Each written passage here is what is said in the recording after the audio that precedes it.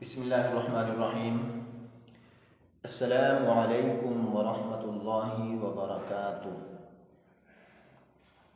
پیارے بچوں، امید ہے کہ آپ سب خیریت سے ہوں گے اور ابھی تک جو آپ کو کام مل چکا ہے یا آپ تک پہنچ چکا ہے، امید ہے کہ آپ نے وہ تمام کام کمپلیٹ اور مکمل کر لیا ہوگا۔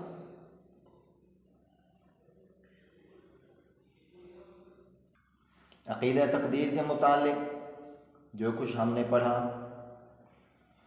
ابھی تک جو ہمارے اسباق ہوئے، پہلا سبق، دوسرا اور تیسرا، امید ہے کہ آپ نے خوب اس کی اچھی طرح ریڈنگ بھی کی ہوگی، خوب اچھی طرح آپ سمجھ بھی چکے ہوں گے کہ عقیدہ تقدیر کہتے کس کو ہیں اور کیا چیز ہے، اور ہمارے ایمان کے لیے کتنا اہم اور کتنا ضروری ہے۔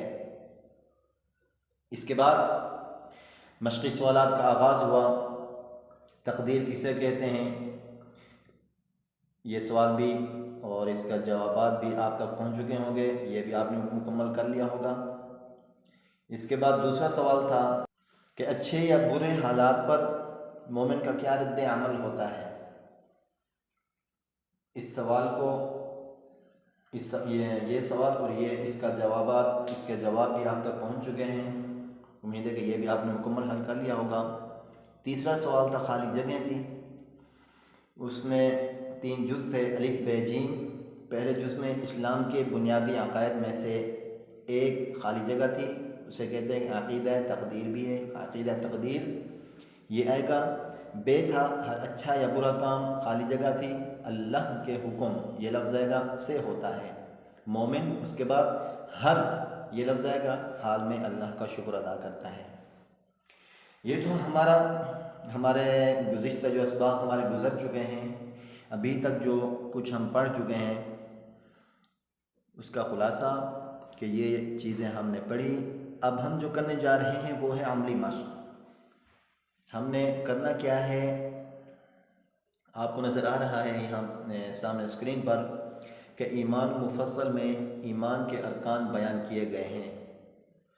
2 چیزیں آپ نے پڑھی ہوں گی، ایمان مجمل اور ایمان مفصل۔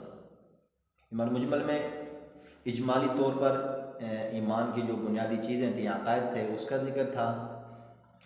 کما آمنت باللہ کما ہوا باسمائہ و صفاتہ و قبلت جمیع احکامہ اقرار باللسان و تصدیق بالقلب، یہ ایمان مجمل کہلاتا ہے۔ اور ایمان مفصل کہلاتا ہے کہ آمنت باللہ و ملائکتہ و کتبہ و رسلہ والیوم الآخر والقدر خیرہ و شرہ من اللہ تعالی والبعث بعد الموت۔ اس میں ذرا تفصیل کے ساتھ ہمارے عقائد کا بیان ہے کہ جن کی تعداد تقریباً 7 بنتی ہے۔ اس میں ہمارے بنیادی عقائد، جس کو ایمان مفصل کہا جاتا ہے، اس کا ذکر ہے۔ ان ارکان کو علیحدہ علیحدہ خانوں میں لکھا گیا ہے۔ ہم نے کرنا کیا ہے، ان ارکان کو ان کے ترجمے کے ساتھ یاد بھی کرنا ہے اور ترتیب وار اپنی کاپی میں بھی لکھنا ہے، تاکہ ہمیں معلوم ہو کہ علیحدہ علیحدہ خانوں میں جو جو الفاظ ذکر ہوئے، بیان ہوئے، ان کا معنی کیا ہے، لفظی ترجمہ کیا ہے۔ آمنتو، میں ایمان لایا، ترتیب اور ذکر ہے نیچے خانوں میں۔ نمبر 1، ارکان میں عربی الفاظ آئے ہیں اور دوسرے خانوں میں اس کا ترجمہ آیا ہے۔ آمنتو، میں ایمان لایا، باللہ، نمبر 2 ہے باللہ، کس پر، اللہ رب العزت پر، اللہ پر، اور کس چیز پر، وملائکتہ، اللہ تعالیٰ کے فرشتوں پر، اور اس کے یعنی اللہ تعالیٰ کے فرشتوں پر، وملائکتہ کے بعد وکتبہ، اور اس کی کتابوں پر، کس کی، اللہ رب العزت کی کتابوں پر۔ یہ جو ہی ہے، یہ ضمیر ہے جو لوٹ رہی ہے اللہ رب العزت کی طرف، ٹھیک ہے۔ وَرُسُلِهِ، اور اس کے رسولوں پر، کس کے رسولوں پر، شروع میں لفظ آیا ہے باللہ، اللہ تعالیٰ کے رسولوں پر، جیسا کہ میں نے ابھی آپ کو بتایا ہے، جو یہ ہی ہے یہ اللہ رب العزت کی طرف لوٹ رہی ہے۔ والیوم الآخری، یہاں پر ضمیر نہیں ہے ہی کی، یہاں پر صرف ہے والیوم الآخری، اور قیامت کے دن پر، کہ قیامت قائم ہوگی، اس پر بھی ہم نے ایمان لانا ہے۔ نمبر 7 ہے والقدر خیرہ وشرہ من اللہ تعالی، والقدر خیرہ یہاں پر بھی ضمیر ہے ہی کی، وشرہ یہاں پر بھی ضمیر ہے ہی کی، جو لوٹ رہی ہے کس کی طرف؟ من اللہ تعالی، اللہ کی طرف۔ اور اس بات پر بھی کہ تقدیر کی اچھائی اور اس کی برائی پر، یہ کس کی طرف سے ہوتی ہے اچھائی اور برائی؟ اللہ رب العزت کی طرف سے، اس پر بھی ہمیں ایمان لانا ہے۔ اور آخر میں آخری الفاظ کیا ہیں؟ والبعث بعد الموت، اور موت کے بعد دوبارہ اٹھائے جانے پر، دوبارہ اٹھنے پر۔ یہ عقائد ہیں ہمارے، ان تمام ارکان پر جو شخص ایمان لائے گا وہی مسلمان کہلائے گا، وہی صاحب ایمان کہلائے گا۔ اگر ان میں سے کسی ایک پر بھی ہمارا ایمان نہیں ہے تو ہم دائرہ ایمان سے نکل جاتے ہیں، خارج ہو جاتے ہیں۔ پہلی چیز کیا ہے؟ آمنت باللہ، اللہ رب العزت پر ایمان لانا کہ وہی ہمارا مالک ہے، وہی ہمارا خالق ہے، وہی ہمارا رزاق ہے، اس چیز پر ایمان لانا، اس کی تمام خوبیوں کے ساتھ، اللہ رب العزت کی جمیع صفات کے ساتھ اللہ پر ایمان لانا۔ وملائکتہ، اور ان کے فرشتوں پر، کہ فرشتے کون ہیں؟ ایک نوری مخلوق ہے، اللہ رب العزت نے انہیں نور سے پیدا فرمایا ہے، نہ وہ کھاتے ہیں، نہ پیتے ہیں، نہ سوتے ہیں، نہ اونگتے ہیں، بلکہ ہر وقت اللہ رب العزت کے ذکر و اذکار میں، یا پھر اللہ رب العزت نے انہیں جس مقصد کے لیے پیدا کیا ہے، جس کام کے لیے پیدا کیا ہے، جو اللہ رب العزت کا انہیں حکم ملا ہوا ہے، اسی کی تابعداری اور اس حکم کو بجا لانے میں لگے ہوئے ہیں۔ ان کے دلوں میں اللہ رب العزت کی نافرمانی کا ذرہ برابر بھی معمولی سا خیال بھی نہیں آتا۔ یہ کون کہلاتے ہیں؟ یہ فرشتے کہلاتے ہیں۔ کس چیز سے پیدا ہوئے؟ نور سے پیدا ہوئے۔ اس چیز پر بھی ہمیں ایمان لانا ہے۔ آگے ہے چوتھا نمبر پہ وَكُتُبِهِ، اللہ رب العزت کی تمام کتابوں پر، جتنی بھی اللہ رب العزت نے انبیاء کے اوپر کتابیں نازل فرمائی، ہر ایک کتاب پر ہم نے ایمان لانا ہے۔ 4 بڑی آسمانی کتابیں ہیں، جن میں سے آخری کتاب قرآن مجید ہے، ایک تورات ہے، ایک زبور ہے، ایک انجیل ہے۔ ان 4 بڑی کتابوں کے اوپر اور جتنی بھی چھوٹی بڑی کتابیں نازل ہوئی، بڑی کتابوں کو کتاب، چھوٹی کتابوں کو صحیفے کہتے ہیں، جو بھی انبیاء پر نازل ہوئی ان پر بھی ہم نے ایمان لانا ہے۔ وَكُتُبِهِ، اور اللہ رب العزت کی کتابوں پر، وَرُسُلِهِ، آدم علیہ السلام سے لے کر ہمارے پیارے پیغمبر حضرت محمد مصطفیٰ احمد مجتبی سرور کونین صلی اللہ علیہ وسلم آخری نبی ہیں، ان کے درمیان میں اور جتنے بھی انبیاء اس دنیا میں مبعوث ہوئے، ہم نے ہر ایک نبی کو سچا اور برحق ماننا ہے کہ یہ واقعی اللہ رب العزت کے سچے اور برحق نبی تھے۔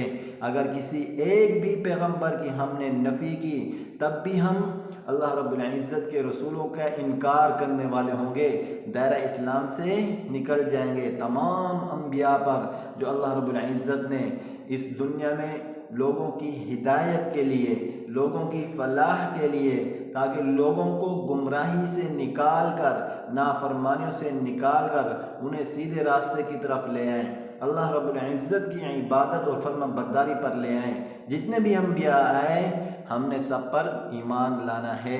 والیوم الآخر، اور قیامت کے دن پر بھی ہم نے ایمان رکھنا ہے کہ جو کچھ بھی ہم عمل کر رہے ہیں، جو کچھ بھی آج ہم بو رہے ہیں، اس کو کل کاٹیں گے، اپنے اعمال کا ہم بدلہ لیں گے، جو کچھ اس دنیا میں کریں گے اس کا ہمیں صلہ ملے گا۔ کون سا دن ہوگا؟ وہ قیامت کا دن ہوگا۔ اسی دن کے لیے آج ہم سب کچھ کر رہے ہیں، اس کی ہمیں ایک نہ ایک دن جزا ملے گی۔ اس دن ہر شخص کو اس کے پورے اعمال کا پورے اعمال کا جو بھی ہم کر رہے ہیں دنیا کے اندر پورا اس کو بدلہ ملے گا۔ وہ کون سا دن ہوگا؟ وہ قیامت کا دن ہوگا۔ اس چیز پر بھی ہم نے ایمان لانا ہے۔ آگے ہے 7ویں نمبر پہ والقدر خیرہ وشرہ من اللہ تعالی، اور اس بات پر کہ تقدیر کی اچھائی اور برائی کس کی طرف سے ہوتی ہے؟ صرف اور صرف اللہ رب العزت کی طرف سے ہوتی ہے۔ جو کچھ بھی ہو رہا ہے یہ اللہ کے حکم اور مرضی اور منشا سے ہو رہا ہے۔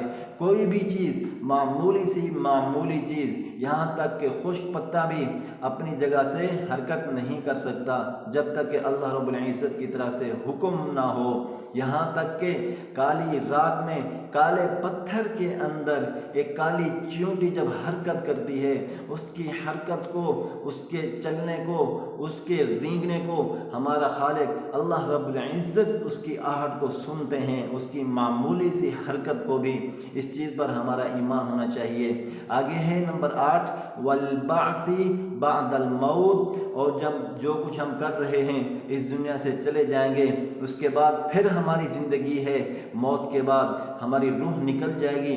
روح نکلنے کے بعد قیامت کے دن جب سور پھونکا جائے گا، تمام انسان جیسے جیسے ان کا انتقال ہوا، جیسے جیسے انسانوں کی روح قبض ہوئی، جہاں جہاں انسان اپنی قبروں میں پڑے ہوں گے، یا کسی کی موت سمندر میں آ گئی، ریگستان میں، جنگلوں میں، بیابانوں میں، غرض کہیں بھی کوئی شخص اس دنیا سے اس کی روح پرواز کر گئی ہے کسی شخص کی، تو اسی حال میں اسی جگہ سے وہ کھڑا ہوگا۔ کوئی نیک عمل کر رہا ہے تو اسی طرح وہ کھڑا ہو جائے گا، کوئی بدکاری یا برائی کرتے ہوئے اس دنیا سے اٹھا تو اسی طرح وہ کھڑا ہو جائے گا۔ تو اس پر ہمارا ایمان اور یقین اور عقیدہ ہونا چاہیے کہ موت کے بعد ایک اور زندگی ہے، کہ وہ کون سی زندگی ہے؟ ہمیشہ ہمیشہ والی زندگی۔ وہ ایسی زندگی ہے جب انسانوں کو دوبارہ موت نہیں آئے گی۔